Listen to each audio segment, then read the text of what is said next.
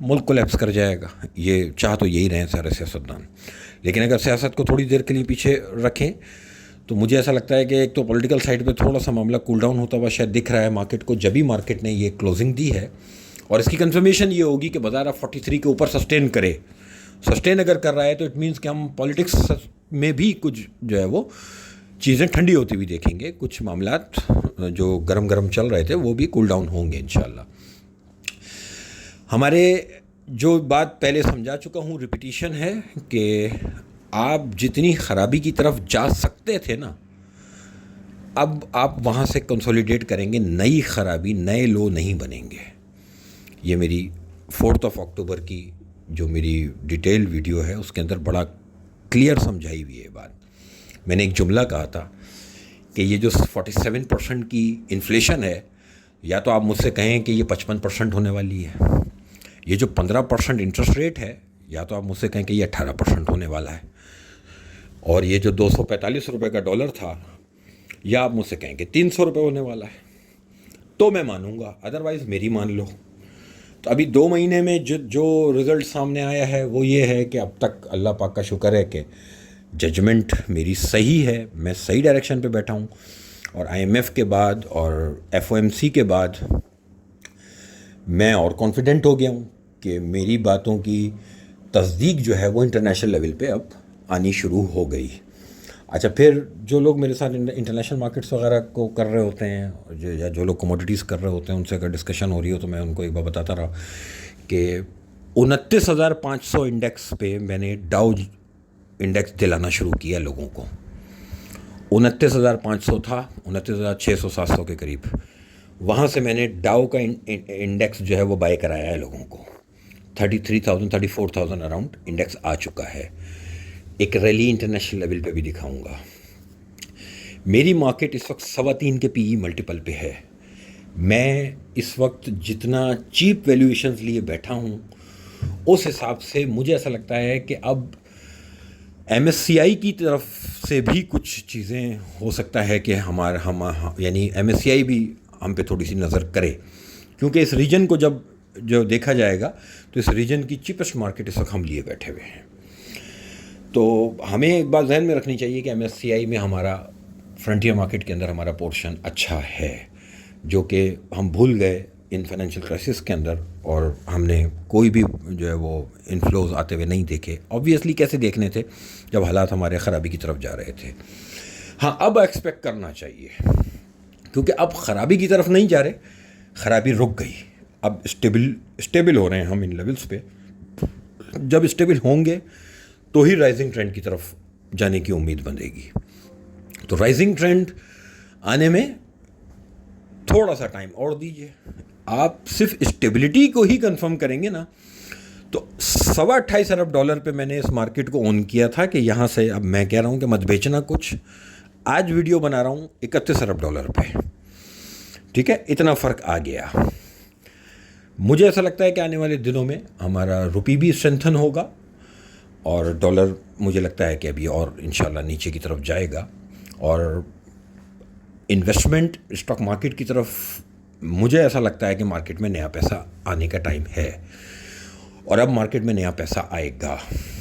وہ ٹھیک ہے کہ ابھی مارکیٹ نے انڈیکس کو صرف ٹھیک کیا ہے. ابھی جو second tier third tier scripts ہیں, کیونکہ انڈیویجولز ان میں زیادہ ہوتے ہیں, تو ابھی ان کو نہیں ریفلیکشن نظر آ رہی اس بات کی, کیونکہ ابھی تو انڈیکس آیا ہے اور ایک کلوزنگ دی ہے صرف. ابھی اس کلوزنگ پہ مجھے کوئی ایکسائٹمنٹ نہیں ہے. میں انتظار کر رہا ہوں اس کے اوپر سسٹین کرنے کا. اس بات کو ذہن میں رکھیں. مجھے ایک امید مل گئی ہے کہ میں اس رائٹ ڈائریکشن میں بیٹھا ہوں. اب اس امید کی کنفرمیشنز آنی شروع ہوئی ہیں IMF کی طرف سے بھی, US کی طرف سے بھی.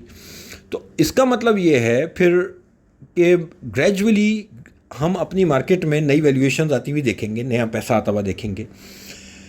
اور یہ بات تو میں بڑے کانفیڈنس سے کہہ رہا ہوں کہ فکس انکم سے پیسہ نکالیں, مارکیٹ کی طرف پیسہ ڈالیں.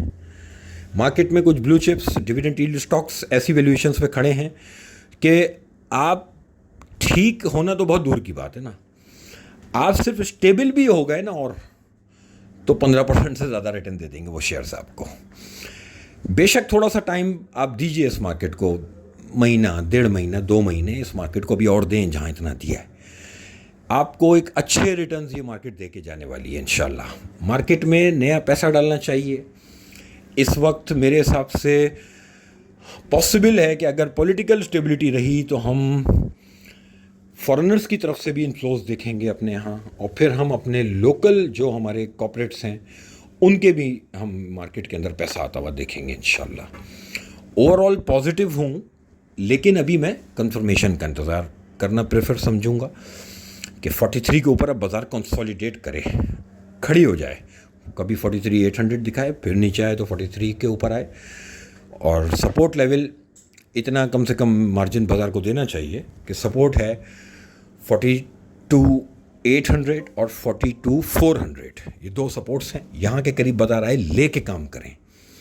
اس وقت بازار میں بیچنا نہیں چاہیے, کچھ بیٹھیں. اگر کوئی چیز گین میں بھی ہے نا تو بیٹھیں. جب نقصان میں لمبا بیٹھتے ہیں تو نفع میں بھی لمبا بیٹھیں, اور سیکنڈ ایئر 3rd ایئر کی باری کا انتظار کریں. پہلے بلو چپ ہی چلنا چاہیے. اس دفعہ یہی چیز ایک نئی نظر آ رہی ہے کہ پارشلی سلیکٹڈ بلو چپس کے اندر پیسہ آنا شروع ہو گیا ہے. اور جب بلو چپ اتنے ہائی والیومز کرنے لگے, جیسے فرائیڈے کو ہم نے دیکھا اور اس سے پہلے 1-2 بار ہم نے دیکھا ہے, تو یہ انڈیویجولس کا کام نہیں ہے, یہ کارپوریٹس کا ہی کام ہے.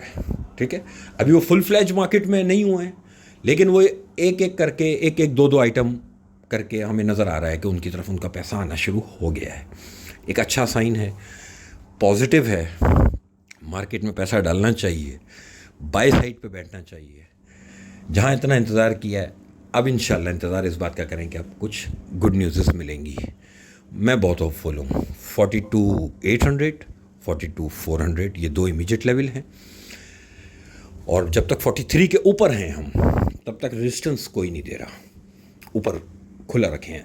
ٹھیک ہے, دیکھتے ہیں اوپر کہاں تک بازار اپنی ریلی کر سکتا ہے. ابھی ریلی نہیں لگتی مجھے, کنسولیڈیشن لگتی ہے. 43 کے اوپر بازار رک جائے, کھڑا ہو جائے کلوزنگ بیسس پہ. ایک کلوزنگ نہیں, 10 کلوزنگ ہے, 15 کلوزنگس ویکلی, منتھلی, یہ سب اس کے اوپر آئیں, تو بازار صرف انڈیکس 43 کے اوپر بھی سسٹین کرے گا نا, تو اب آپ باری باری دیکھیں گے سیکنڈ ٹیئر آئٹم بھاگنا شروع ہوں گے, پھر 3rd ٹیئر آئٹم بھی بھاگیں گے. بلو چپس میں جن میں ابھی ریلی نہیں بنی ہے ان میں بننی شروع ہوگی, تو ویلیویشنز اوپر آئیں گی, تو آپ کو پورٹ فولیو پہ پھر ریفلیکشن نظر آئے گی. پازیٹیو رہیں, بازار میں پیسہ ڈالیں, بائی کرنا چاہیے. Thank you.